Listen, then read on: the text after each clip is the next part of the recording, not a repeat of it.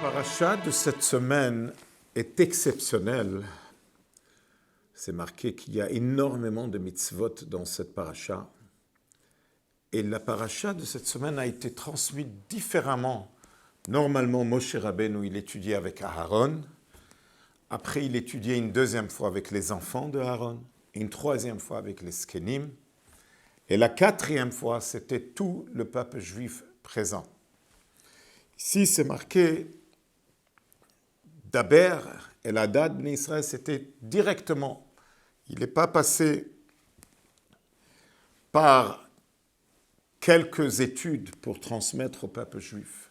Et le Al-Shich, il explique parce que ce sont des mitzvot à un niveau très haut qu'il fallait transmettre le message direct. Alors, dans la paracha de cette semaine, Akadosh Baruch est en train de nous dire Kedoshim tihiyu, soyez saints. Ki kadosh ani, car je suis saint.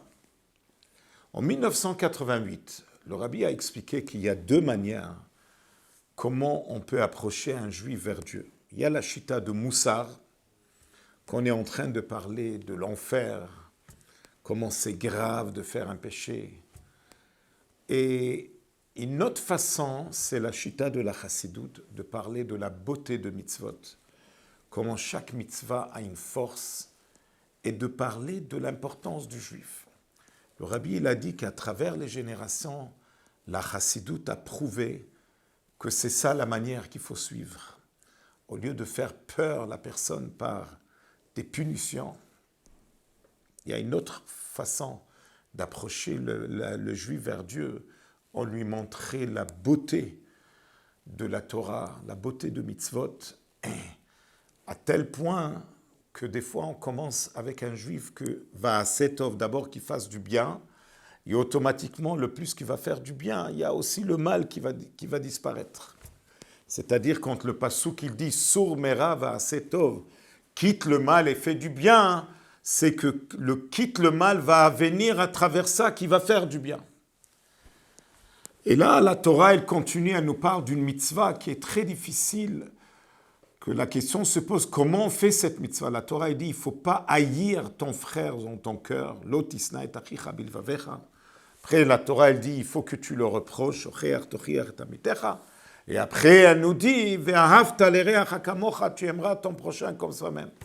La question qui se pose, est-ce que vraiment on est capable de contrôler notre cœur et de ne pas développer une haine contre une personne qui nous a fait du mal, de ne pas se venger de cette personne, l'otikom, velotitor, et non seulement cela, d'arriver à aimer l'autre comme soi-même, que c'est connu que l'amour de soi-même, elle est tellement forte que le passouk, il dit « Al kol peshaim techase ahava ».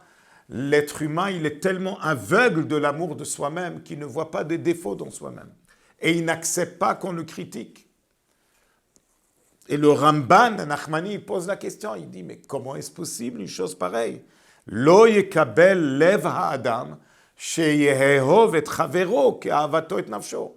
Comment le cœur d'une personne peut accepter d'aimer son ami comme il aime soi-même?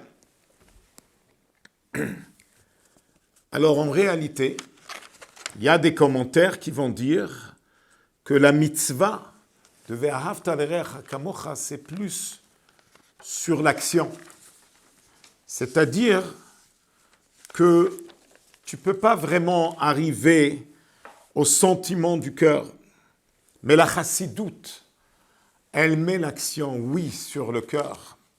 Parce que Admour Hazaken, dans le 3e pérec de Tanya, il explique que Akadosh Baruch Hu, il a installé le système de le corps humain, qu'il y a d'abord Chochma Bina Dat, qui vient avant les midot. Il y a l'intellect et il y a les sentiments. Donc l'intellect, les trois forces, c'est eux qui donnent naissance aux midot. En d'autres mots, si tu vas te concentrer dans les qualités de la personne, si tu vas t'habituer à donner des compliments à ton couple, automatiquement tu vas toujours penser combien de bien fait ce couple pour moi. combien de bien fait la femme ou le mari. Au lieu de penser sur les obstacles, on va penser comment on peut approfondir la connexion. C'est comme une personne, quand nos sages ils disent qu'une personne il est capable de contrôler la force de la parole. C'est marqué dans le livre Reshit Chochma. Celui qui veut une remède pour la colère, c'est qu'il doit contrôler sa parole. Parce que des fois, quand une personne est énervée, le plus qu'il parle, il va se chauffer. C'est pour cela que c'est marqué aussi dans le Pirkei Avot, Siag la Chochma, les barrières pour la Chochma, c'est shtika, c'est le silence. Alors un être humain, il doit s'habituer à se contrôler. Et de là, on comprend comment la Torah, avant d'arriver à nous dire la mitzvah de Vahavta l'reach kamocha, d'abord elle nous dit Lo tisna et achicha bilvavecha. Il y a des gens qui captent leur vie comme un décret. Ah, je ne suis pas capable de contrôler. Il y a des gens qui veulent carrément que Dieu préserve. Ils veulent divorcer. Ah, l'amour, elle est partie. On ne sait pas pourquoi. La Torah, elle vient nous annoncer que la vie n'est pas un décret. La vie dépend de la personne. La personne, il est dans le centre du monde. Et lui, il est capable de changer sa vie. Même l'amour, on peut étudier, on peut s'habituer si on est prêt à faire l'effort. Il y avait un Khatan et Kala qui sont rentrés chez le Rabbi. C'était une semaine avant le mariage. Ils sont rentrés chez le Rabbi pour prendre une bracha. Mais une minute après qu'ils sont rentrés à l'intérieur, la Kala, elle a commencé à pleurer. Elle a demandé au Khatan qu'elle veut parler en privé avec le Rabbi. Et elle est sortie après 20 minutes. Et elle était trop émue, elle ne pouvait pas parler. Et après, c'est arrivé le mariage. Ils n'avaient pas le temps à parler. Après le mariage, le Khatan, il voulait comprendre. Qu'est-ce qui s'est passé? Elle a dit, j'ai dit au Rabbi que je vais annuler le mariage. Parce que je suis une nature nerveuse, manque de patience. Et j'ai peur que je vais te blesser durant la vie. Le Rabbi, il a dit, la patience, c'est quelque chose qu'on va l'avoir avec le temps. Avec chaque enfant arrive encore de patience. Mais entre-temps, jusqu'à qu'il y aura des enfants, le Rabbi m'a proposé que j'aille travailler dans une institution des enfants qui ont un besoin particulier d'éducation. Et ce caractère du travail demande énormément de patience. Et ça va se développer avec le temps. Donc si tu vas dire à la personne, la Torah elle dit Lotisna et achicha bilvavecha, c'est-à-dire ne t'éloigne pas de la personne qui t'a fait du mal. Dis-lui, qu'est-ce qui te dérange? Dis-lui comment il t'a fait mal. Et c'est comme ça que la haine va se déraciner.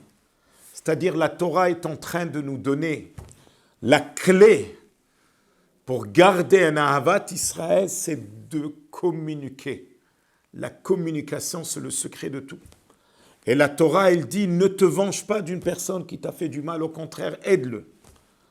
Et après, vous allez arriver à la paix, et vous allez arriver aussi à Ve'ahavta l'reach kamocha, tu aimeras ton prochain comme soi-même.